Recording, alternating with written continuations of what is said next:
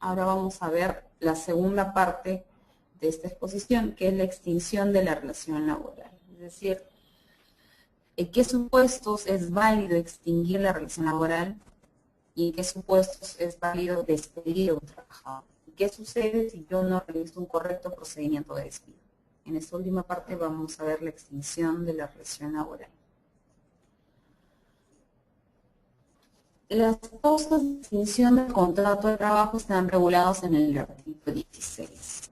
¿Cuáles son las causas de extinción de la relación laboral? Tenemos el fallecimiento del trabajador, la renuncia o retiro voluntario del trabajador, la terminación de la obra o servicio en cumplimiento de la condición resolutoria y el vencimiento del plazo en los contratos legalmente celebrados, es decir, los contratos temporales, el mutuo disenso entre trabajador y empleador, la invalidez absoluta permanente, la jubilación, el despido en los casos y formas permitidas por la ley y la terminación de la relación laboral por causas. Estas son las causas de extinción del contrato de trabajo. Primero está el fallecimiento del trabajador o del empleador si es persona natural. Se supone que si fallece el empleador se extingue la relación laboral. En el supuesto de que por común acuerdo entre los herederos y el trabajador, este puede permanecer por un breve lapso, el trabajador, a efectos de la liquidación de la empresa. El plazo convenido no puede exceder de un año. Este acuerdo debe constar por escrito y ser presentado al Ministerio de Trabajo. En el caso del fallecimiento del trabajador, definitivamente se extingue la relación laboral, porque ya indicamos en un inicio que esto es personalísimo, ¿no? Si él fallece, ya no hay relación laboral. Luego tenemos la renuncia o retiro del trabajador. Un trabajador puede renunciar. Para ello tiene que comunicar por escrito con 30 días de anticipación esta renuncia. Sin embargo, el empleador puede exonerarlo de ese plazo por propia iniciativa o a pedido del trabajador. En este caso, si no lo exonera del plazo de los 30 días para renunciar, tendría que rechazar esa renuncia, de esa exoneración del plazo por escrito dentro del tercer día. Si tú no quieres que tu trabajador renuncie y que cumple los 30 días de anticipación, tú tienes que enviarle una carta rechazando por escrito dentro del tercer día, ¿no? También existe lo que es la renuncia no voluntaria, si es que tú, producto de la presión del empleador, haces que renuncie, ¿no? Y en este caso es considerada inválida. Ahora, en el caso de la renuncia, ¿qué sucede si un trabajador él me pide que lo exonere el plazo de 30 días?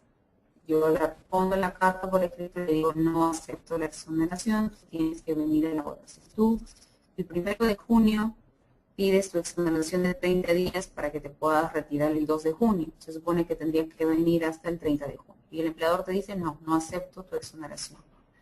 ¿Qué sucede en ese caso? El 2, el 3, no viene a elaborar el trabajador. Dice, como he renunciado, me retiro. El 3 no viene a elaborar. ¿Qué sucede con ese trabajador? Yo podría retenerle sus beneficios sociales, yo podría despedirlo, o podría no pagarle su remuneración. ¿Qué podría hacer?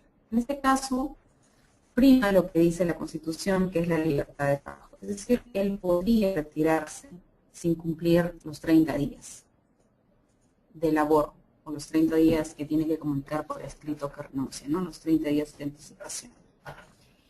En este caso, el 3, él renuncia. Se retira y ya no viene a laborar. Yo lo tendría que pagar todos los beneficios sociales sin descontarle ningún monto dentro de las 48 horas. Yo le tendría que pagar todos sus beneficios sociales. Lo máximo que puedo hacer es despedirlo por abandono del trabajo. Es lo máximo que podría hacer, es hacer todo un procedimiento de despido que ahora vamos a ver, y luego despedirlo por abandono de trabajo. Eso es lo máximo que podría hacer. Y así lo despida por abandono de trabajo, no podría yo descontarle ningún monto de su liquidación de beneficios. Eso es lo máximo que podría hacer con este trabajador. Por el otro lado, tendré que pagarle todos sus beneficios sociales, ¿no? Ahora vamos a ver la terminación de la obra o servicio, el cumplimiento de la condición resolutoria y el vencimiento del plazo. En este caso, se extingue la relación laboral si es que yo contrato a una persona por 6 meses, a los 6 meses se extingue la relación laboral. Si hay un contrato temporal, hay un vencimiento del plazo. Por ejemplo, yo contraté a una persona para que realice quizás la instalación de ventanas para todo un edificio. Ese era el servicio, la obra que tenía que realizar. Entonces, terminado esa obra de servicio, se extingue la relación laboral. Ese es otro supuesto de extinción de la relación laboral. Luego tenemos el mutuo disenso entre el trabajador y empleador. ¿Qué sucede acá? ¿De qué se trata? Es la manifestación típica de la voluntad conjunta de ambas partes de extinguir la relación laboral. Este acuerdo de mutuo disenso debe constar por escrito o en la liquidación de beneficios sociales. La invalidez absoluta permanente. Lo que hace es extinguir de pleno derecho y automáticamente la relación laboral. ¿Qué sucede con la invalidez absoluta permanente? Se supone que un trabajador pide descanso médico. Se supone que los primeros 20 días los paga el empleador. A partir del 21º día lo paga salud. Entonces lo que hago yo es pedir el reembolso a partir del 21. Pero si sumado los 20 días y sumado la capacidad pagada por el salud suman un año y aún así sigue con descanso médico, yo podría solicitar a una junta de médicos que lo declaren como incapaz absoluta permanente. Si lo declaran con incapacidad absoluta permanente o invalidez absoluta permanente, yo podría extinguir la relación laboral con ese trabajador.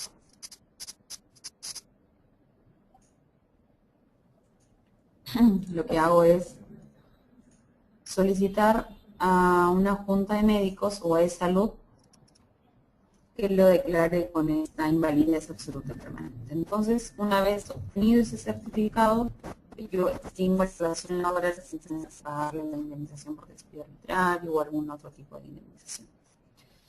También en el caso de que este trabajador se niegue a realizarse esos exámenes para ser declarado con invalidez absoluta permanente, también en el caso se extinguiría la relación laboral. Otro supuesto de extinción es la jubilación. Es un derecho o ejercicio voluntario del trabajador que, incumplido los requisitos de edad y cotización, pueda retirarse. Así que el empleador puede retirarse, perdón, el trabajador puede retirarse si es que tiene los requisitos de edad y cotizaciones para acceder a una jubilación, ¿ya? Pero quizás el empleador quiere también como que ya no contar con los servicios de esta persona. Puede alegar lo que es la jubilación, pero si es que esta persona tiene 70 años. Como mínimo tiene que tener 70 años para extinguir la relación laboral por jubilación. Y el empleador debe comunicar a su trabajador para que éste tramite su pensión de jubilación, ¿no? Si pienso yo extinguir la relación laboral a partir de los 70 años. Luego tenemos el despido.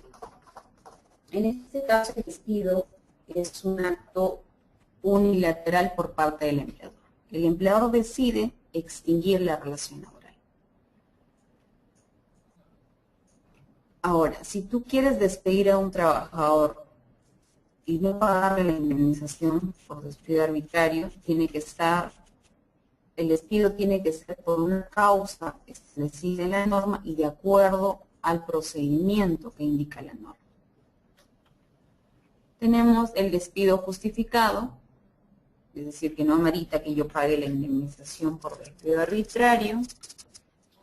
Está el detrimento de la facultad física o mental o la ineptitud sobrevenida determinante para el desempeño de sus tareas. Esa es una causa justificada. Luego está el rendimiento deficiente en relación con la capacidad del trabajador. Luego está la negativa injustificada del trabajador a someterse a un examen médico. En cuanto a las causas justas relacionadas con la conducta del trabajador, es decir, son causas para cesar al trabajador, está la comisión de falta grave, la condena penal por delito doloso y la inhabilitación del trabajador. Esas son las causas justas relacionadas con la conducta del trabajador. Primero tenemos lo que es las faltas graves. ¿Cuáles son las razones por las que yo puedo despedir a un trabajador? Primero están el incumplimiento de las obligaciones de trabajo, que supone el quebrantamiento de la buena fe laboral. Es decir, ya no confía en el empleado, perdón, en el trabajador. Luego está la reiterada resistencia a las órdenes relacionadas con las labores. Se supone que el empleador le indica cómo tiene que realizar sus labores, dónde tiene que realizarlas. Entonces hay una reiterada resistencia a esas órdenes. La reiterada paralización intempestiva de labores y la inobservancia del reglamento interno de trabajo o del reglamento de seguridad e higiene industrial. Es decir, hay ciertos reglamentos internos de trabajo y reglamentos de seguridad y salud en el trabajo. Si el trabajador incumple con estos reglamentos, también es considerada una falta grave.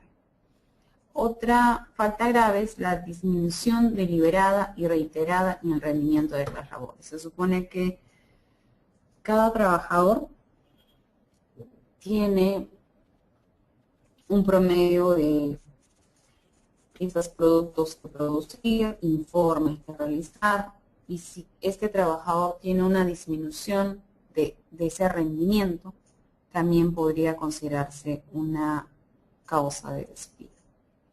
Pero debemos tener en cuenta que esta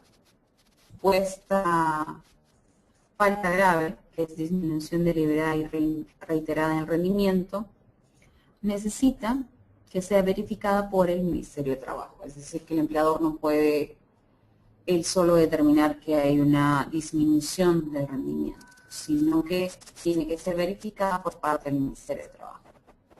La apropiación consumada o frustrada de bienes o servicios del empleador. Por ejemplo, tú coges un bien de la empresa y lo que te dice la norma es, independientemente de cuánto cueste ese bien que tú cogiste y quizás te lo quisiste llevar, es considerada una causa justa de despido. Lo que dice la norma es que la apropiación consumada o frustrada de bienes en beneficio propio de terceros con prescindencia de su valor. Es decir, yo podría cogerme un engrapador o podría coger $1000 de la empresa. En ambos casos, el empleador podría despedir.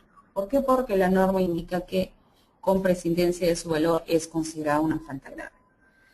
Lo que te indica el inciso C del artículo 25 es la apropiación consumada de bienes o servicios del empleador porque se encuentren bajo su custodia. Es decir, también es considerada una falta grave. Luego está el uso o entrega a terceros de información reservada del empleador, es decir, cuando dan información a otras empresas, ¿no? Quizás a la competencia. También está la sustracción o utilización no autorizada de documentos de la empresa. La información falsa al empleador con la intención de causarle perjuicio u obtener una ventaja. Eso también es una falta grave, por la cual podrías despedir a tu trabajador. Luego está la concurrencia reiterada en estado de embriaguez. Es decir, que si tú concurres a tu centro de labores en más de una oportunidad en estado de embriaguez, podría ser una causa justa de despido. También si es que asistes bajo influencia de drogas o sustancias estupefacientes, puede ser una causa justa de despido. Ahora, esta reiterancia implica que sea más de una vez para que puedan despedir.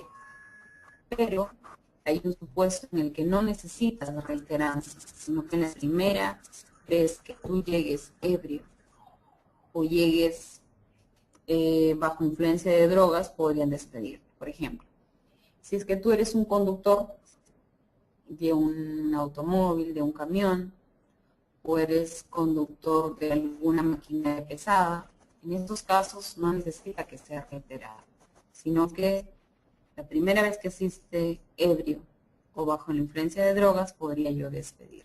¿Por qué? Porque por la función o el trabajo que realiza implica que está poniendo en riesgo a las demás personas. Lo que puede hacer en estos casos es que se concurra a la ayuda del policía, ¿no? Para que pueda prestar sus servicios y verificar el estado de embriaguez. En el caso que el trabajador se niegue a realizarse esos exámenes, se considerará que efectivamente está ebrio o está bajo la influencia de drogas. Otra causa de despido es los actos de violencia, grave indisciplina, injuria y faltamiento de palabra. Es decir, en agravio del empleador, de sus representantes, del personal jerárquico o de otros trabajadores. En estos casos también es considerado una falta grave, sea que se cometan dentro del centro de trabajo o fuera de él, cuando los hechos se deriven directamente de la relación laboral. Y en el caso de los actos de extrema violencia, tales como toma de rehenes o de locales, podrán adicionalmente ser denunciados ante la autoridad judicial. Luego están otras faltas graves por las que yo podría despedir a un trabajador. Tenemos el daño intencional a los edificios, instalaciones, obras, maquinarias. Si yo hago daño a los bienes de propiedad de la empresa o en posesión de la empresa, también es considerada una falta grave. Y finalmente está el abandono de trabajo. Les decía que si un trabajador renuncia y supuestamente tiene que quedarse 30 días para hacer efectivo su renuncia, también podría retirarse antes de los 30 días. ¿Qué es lo que sucede en esos casos? Yo podría despedirlo por abandono de trabajo. Es decir, si no va a laborar por más de 3 días, es decir, 4 días como mínimo, yo podría despedir a este trabajador. También están las ausencias injustificadas por más de 5 días. Es decir, tú no justificas 5 ausencias en un periodo de 30 días, también tu empleador podría despedir. También está la impuntualidad reiterada. Es decir, que tú llegas tarde. El día siguiente vuelves a llegar tarde. Así sucesivamente vuelves a llegar tarde.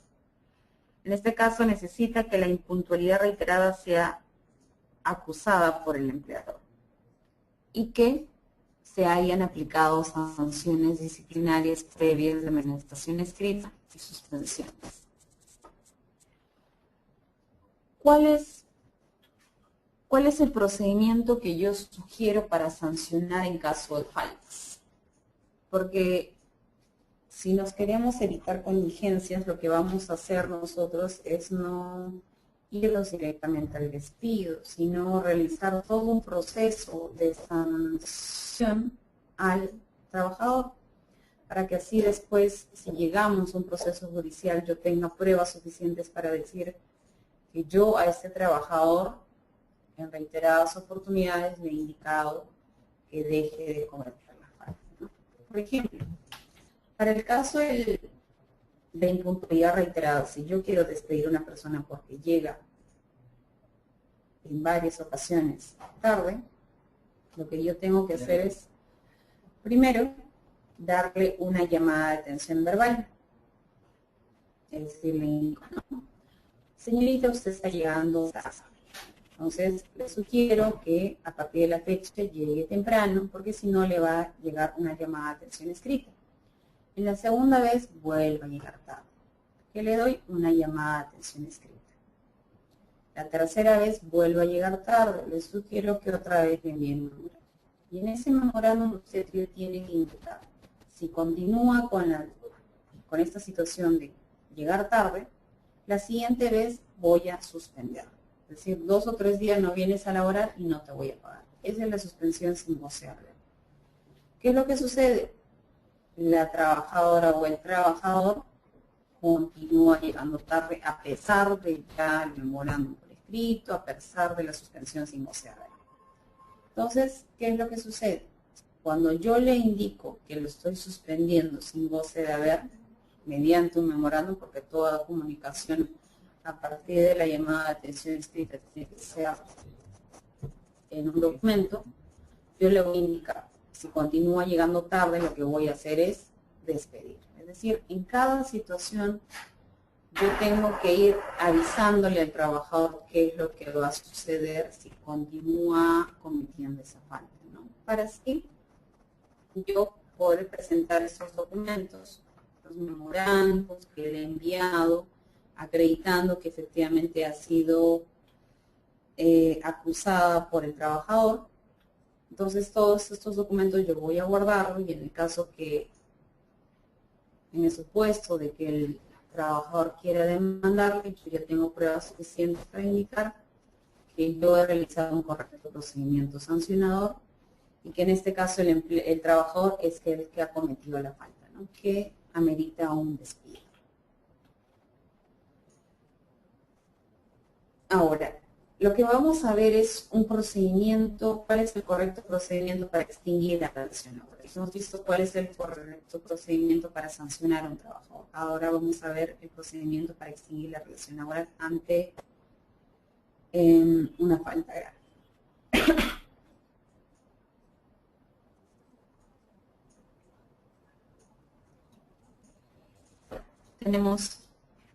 Ya hemos indicado cuáles son las faltas graves que podría cometer un trabajador y que pueden ser sujetos a un despido, ¿no? ¿Qué es lo que hace el empleador? El empleador no puede despedir por causa relacionada con la conducta, con la capacidad de trabajo, sin antes otorgarle por escrito un plazo no menor de 6 meses. Eso quiere decir que yo conozco la falta grave que cometió. ¿Qué es lo que hago? Le envío una carta denominada carta de preaviso de despido. Le indico, usted, señor, ha cometido tal falta grave.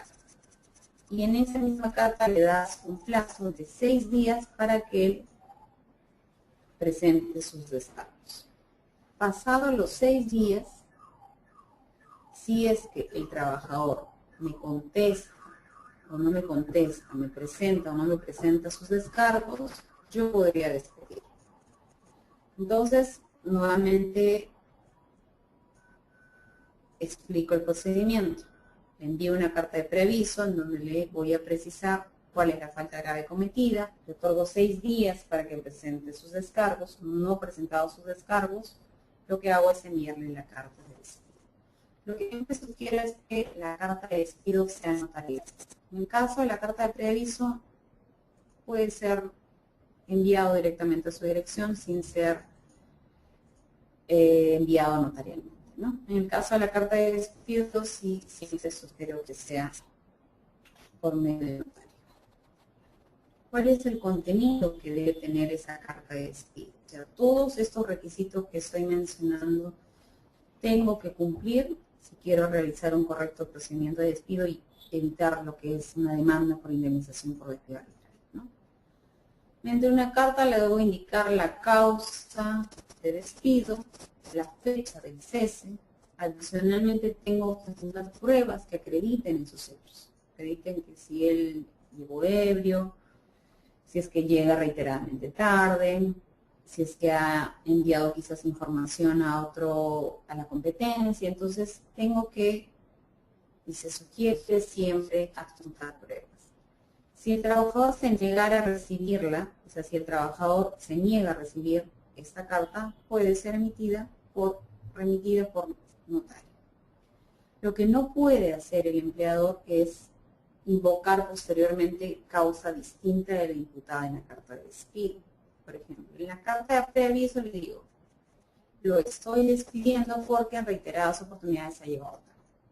Y luego en la carta de despido, les decía que hay dos cartas, ¿no? De preaviso y de despido. Y en la de despido le digo, lo estoy despidiendo porque ha llegado, ha abandonado el centro laboral por un plazo de 3 días. Entonces, la causa de la carta de preaviso es distinta a la carta de despido. No pueden ser distintos, tienen que ser iguales. La carta de preaviso con la carta de despido tienen que tener la misma causa para realizar un correcto procedimiento de despido. Ahora,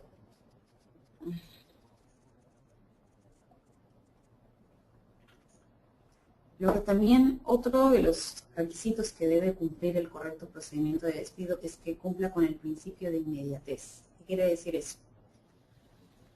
Por ejemplo, un trabajador sustrajo un bien en el mes de marzo. Entonces, como este es un momento, yo no le envié una carta de preaviso, no le dije absolutamente nada, y justo en junio, él hace algo que al empleador no le parece. Quizás en ese momento ya le cayó mal, ¿no? Entonces, este empleador no puede decir, yo voy a despedírte por el bien que sustrajiste el día en el mes de mayo. Han pasado junio, julio, agosto. No puede ser después de mucho tiempo enviada una carta de despido. ¿Por qué? Porque no se cumple con el principio de inmediatez. Y el principio de inmediatez implica que si en mayo cumpliste la falta, en mayo tendrían que enviarte la carta de despido. Y no enviarte quizás en agosto, ¿no? Cuando ya ha pasado 3 meses. Se entiende que pasado los meses, si no te han enviado ninguna carta de despido, una carta de preaviso de despido, se entiende que la falta ha sido perdonada. Y al ser perdonada no tendría por qué emitir una carta de despido. Por eso que si comete una falta y quiero sancionarlo, quiero despedirlo, tengo que iniciar el procedimiento de despido en ese momento. Salvo que, por ejemplo, yo sé que esa persona robó de la empresa, no sé, 10.000 soles, pero no lo hizo directamente sustrayendo de la empresa, sino lo hizo a través de cuentas bancarias, simulando que estaba pagando a proveedores. Entonces, quizás llegar a determinar quién ha sido el responsable implica hacer una investigación, una investigación que dura quizás un mes. Entonces, en mayo cometió la falta, quizás en junio ya le inicio el procedimiento de despido. Solo en ese caso no se tendría que alegar el principio de inmediatez porque había una razón justificable por la que estoy demorando en enviarle la carta de despido, ¿no? Pero en los otros supuestos en los que no hay una justificación, le tendría que enviar la carta de despido en el plazo razonable, ¿no? Luego vamos a ver el despido ilegal. Eso quiere decir en qué casos el despido amerita que yo como empleador pague una indemnización al trabajador. Tenemos el despido ilegal desarrollado en el texto único ordenado de la Ley de Productividad y Competitividad Laboral. Se encuentra el despido nulo, el despido arbitrario y el despido indirecto. Vamos a ver el despido nulo. ¿En qué casos se da un despido nulo? Este despido nulo tiene un tratamiento distinto al caso del despido arbitrario. Es mucho más protector para los trabajadores. Por ejemplo, si una persona está afiliándose a un sindicato o está participando en actividades sindicales o está formando un sindicato, en este caso yo lo despido porque quizás no quiero que formen parte del sindicato o que no forme un sindicato, en este caso sería considerado un despido nulo. Otro caso para ser considerado despido nulo es ser candidato a representante de los trabajadores o actuar o haber actuado en esta calidad. Ser candidato a representante de los trabajadores, ¿no? Luego está presentar una queja o participar en un proceso contra el empleador. Si tú presentaste una queja o participaste en un proceso contra el empleador y te despides por esa razón, es considerado un despido nulo. Y finalmente está la discriminación por razón de sexo, raza, religión, opinión o identidad. En este caso también es considerado un despido nulo. Y finalmente está el embarazo, que también es considerado un despido nulo. En el embarazo, si el despido se produce en cualquier momento del periodo de gestación o dentro de los 90 días. Es decir, durante el periodo de gestación, 9 meses, o posterior al periodo de gestación dentro de los 90 días, tú despides a una mujer que está en esos periodos, se presume que este despido ha sido por causa del embarazo. Y si el empleador no acredita que fue por una causa justa de despido, en este caso es considerado un despido nulo. Ahora, lo dispuesto en este artículo es aplicable siempre que el empleador hubiera sido notificado. Es decir, que el empleador tiene que tomar conocimiento que esta persona está embarazada y que, conociendo que estaba embarazada, la despidió. Ahora, en este caso, no sería necesaria una comunicación por escrito si la persona tiene 8 meses y obviamente es evidente que está embarazada. En este caso no necesitaríamos un documento que acredite que se le comunicó al empleador, porque en este caso es evidente que está embarazada.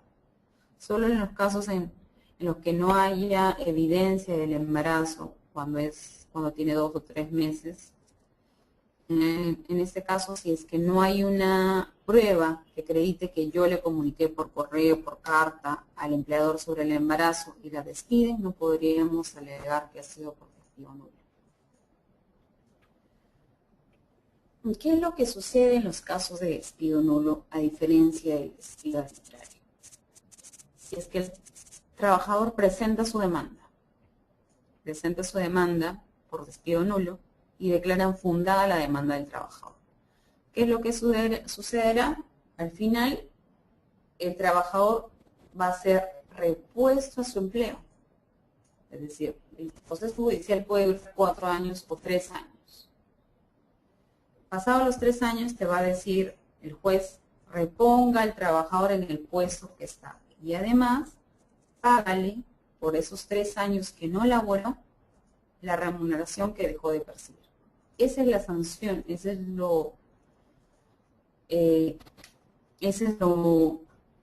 la máxima sanción que le pueden dar a un empleador en el caso del despido nulo, ¿no? Quiere decir que a pesar de no haber laborado en esos 3 años que duró el proceso judicial, tú le tienes que pagar como si hubiera laborado. Y aparte lo tienes que reponer al puesto en el que estuvo. Esas son las sanciones en el caso del despido nulo. Si se acredita un despido nulo. Asimismo, el juez ordenará el pago de las remuneraciones dejadas de percibir, los depósitos correspondientes a la CTS y, de ser el caso, con sus intereses. O sea, todo eso le vas a tener que pagar a un trabajador si lo has despedido por despido nulo. Adicionalmente, el juez puede ordenar el pago de una asignación provisional.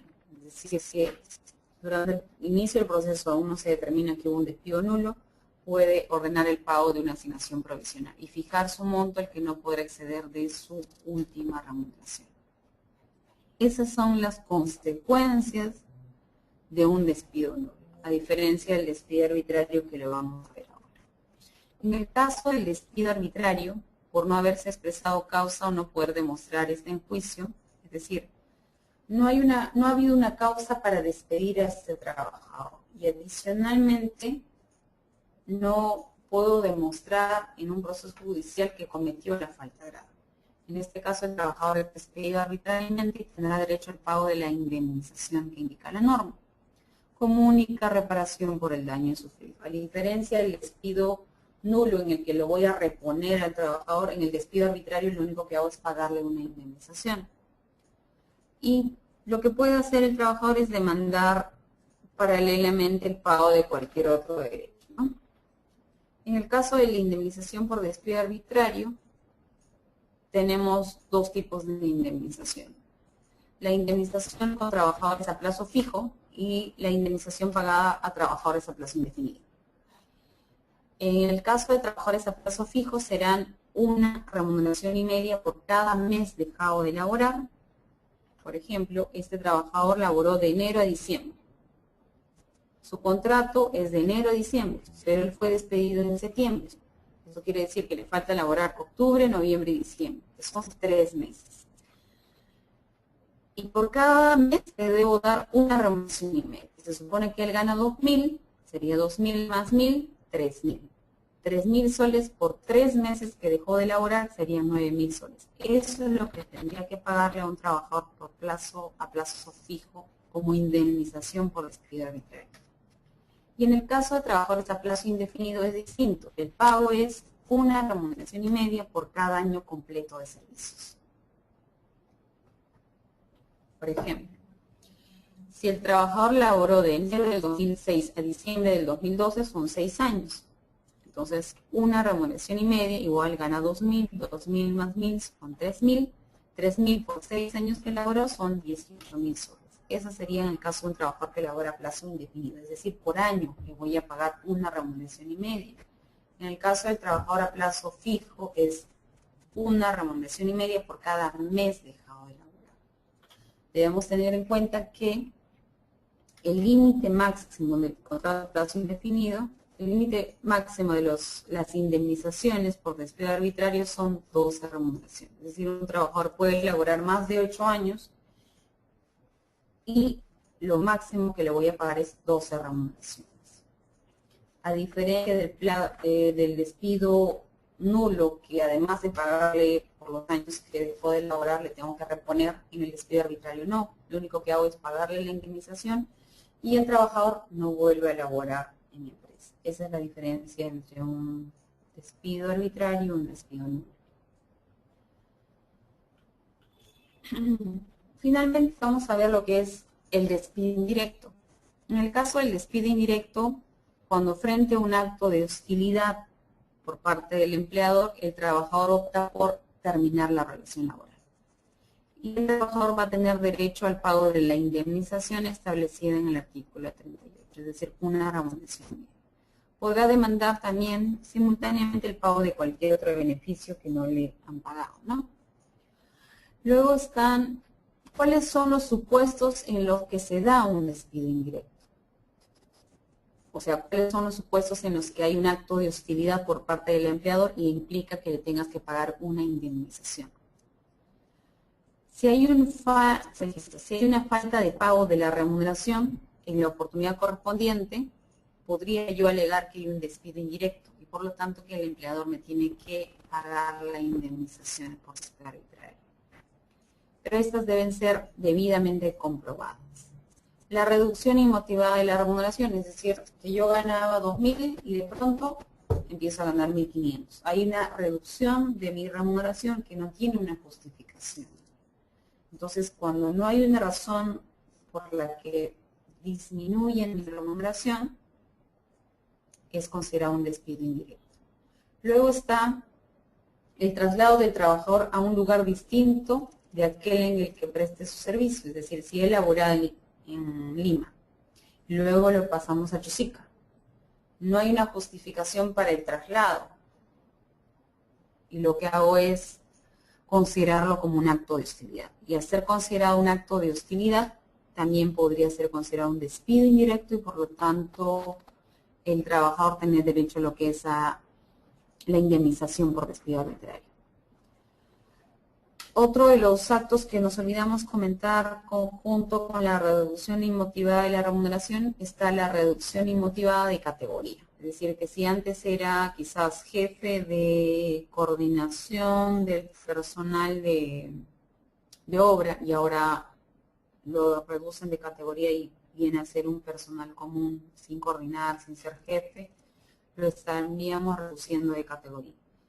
Y al reducirlo de categoría,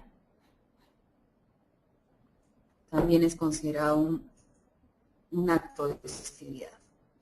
Luego está la inobservancia de medidas de higiene y seguridad que pueden afectar o poner en riesgo la vida y salud del trabajador, también es considerado un despido indirecto. Luego está el acto de violencia o el faltamiento grave de palabra en agravio del trabajador y su familia, también es considerado un despido indirecto.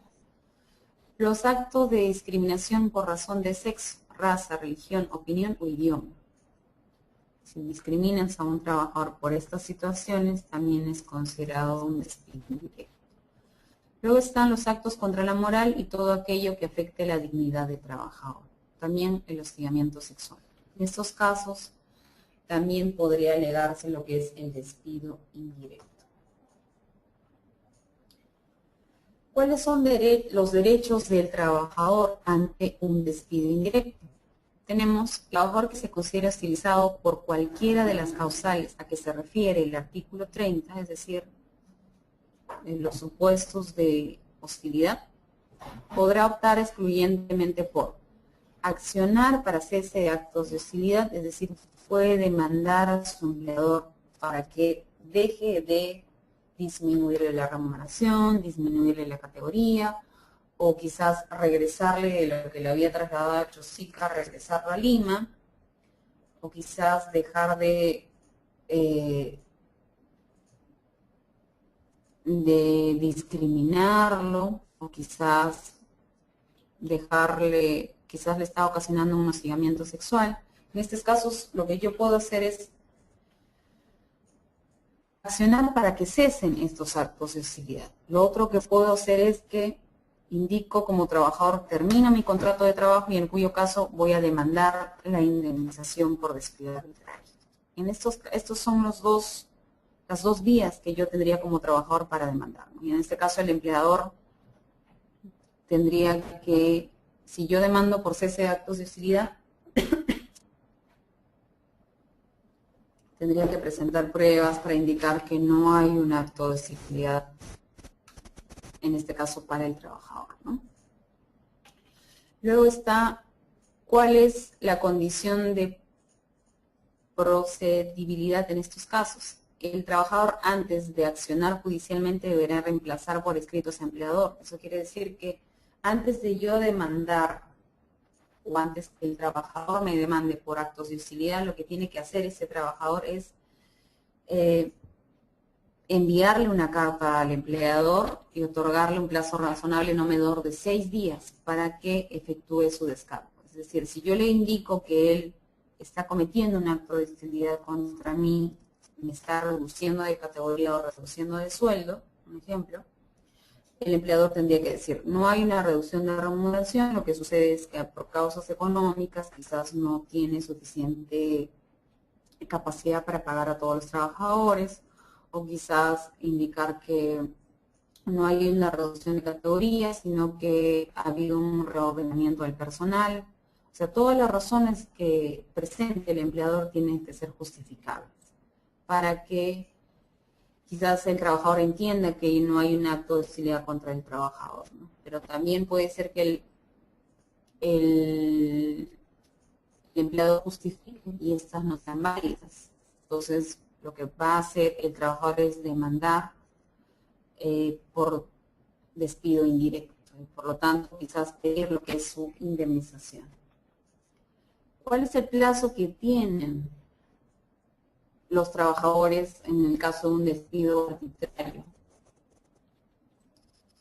o un despido nulo o un acto de hostilidad? Son 30 días. 30 días naturales para demandar. Es decir, que si yo fui despedido el 1 de junio, tendría hasta el 30 de junio para demandar despido arbitrario, despido nulo o hostilidad.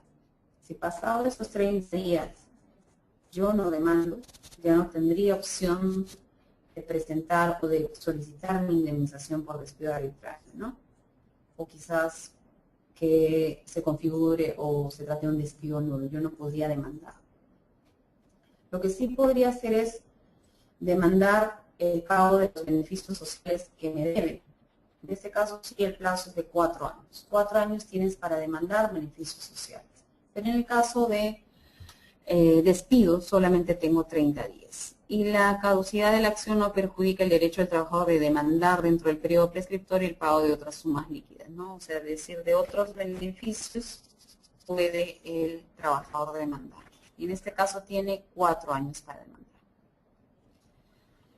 Con esta última presentación terminaríamos lo que es el tema de hoy, lo que es inicio y extinción de la relación laboral. ¿cómo tengo que iniciar la relación laboral? ¿En qué casos me corresponde un contrato de trabajo? ¿En qué casos un contrato de locación de servicios? También hemos visto que en el caso de los contratos temporales, ¿qué requisitos debo tener, debo cumplir? ¿Cuáles son las formalidades que debo seguir para no ser considerado una desnaturalización de contrato? Y finalmente hemos visto cuáles son las faltas graves por las que yo podría despedir a mi trabajador, cuál es el procedimiento correcto para despedir al trabajador. Y finalmente, cuáles son los casos de despido por los que podría ser demandado yo como empresa o por los que podría yo demandar como trabajador, ¿no?, a mi empleado. Esos serían todos los temas abordados hasta en esta presentación. Muchísimas gracias, doctora. Felicitaciones, excelente exposición. Hemos aprendido mucho, doctora. Muchas gracias por su participación. Doctora, para culminar, tenemos aquí dos preguntas de María Antonieta. ¿Se lo puedo leer, doctora? Sí. Sí. María nos dice, si tengo un trabajador con un contrato por 3 meses y en este tiempo veo que es un buen trabajador y le hago nuevamente otro contrato por otros 3 meses en forma consecutiva, ¿tengo algún problema? Nos menciona Fernanda, doctora. Si es que tú tienes una persona por 3 meses y tú quieres renovarle el contrato, puedes hacerlo. Pero tú tienes que ver que dentro del primer contrato, lo que tú tienes que hacer es verificar que tengas una causa por la que estás contratando temporalmente a este trabajador.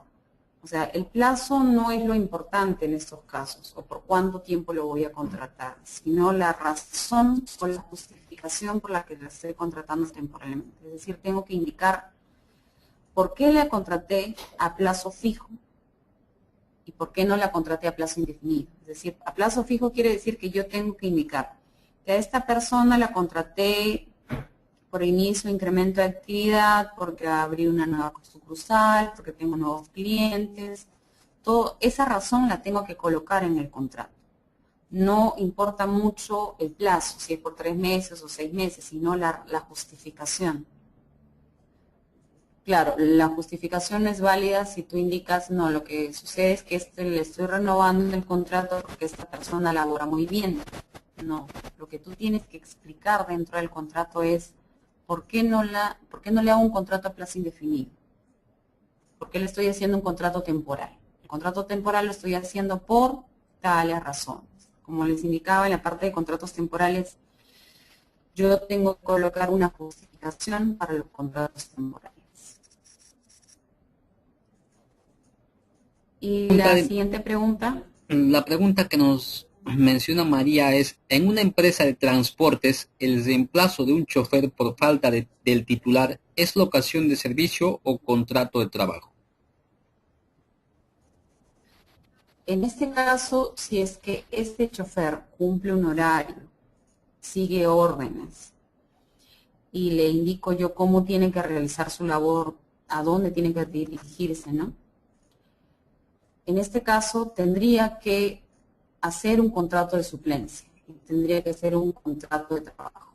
Entendíamos que un contrato de locación de servicio es solamente cuando él indica dónde va a realizar su labor, cómo lo tiene que realizar. Al final solo me entrega un producto. Pero si yo le voy a indicar cómo tiene que realizar su labor, dónde lo tiene que realizar, en este caso ameritaría un contrato de trabajo. Y utilizaría quizás el contrato temporal de suplencia. Bien, doctora, para cerrar esta sesión, doctora, sus palabras finales y sus recomendaciones a todos los asociados del Club de Contadores, doctora, sobre este tema particular que hemos tenido el día de hoy. Bueno, finalmente agradecerles por el tiempo brindado.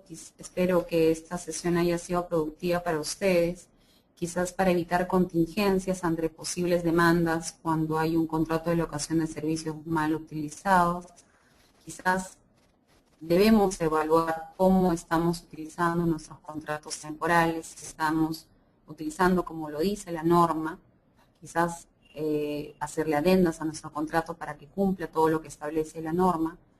También espero les sirva en el caso de que tengan algún trabajador que esté cumpliendo faltas graves y quizás amerita una carta de preaviso de despido o un memorándum.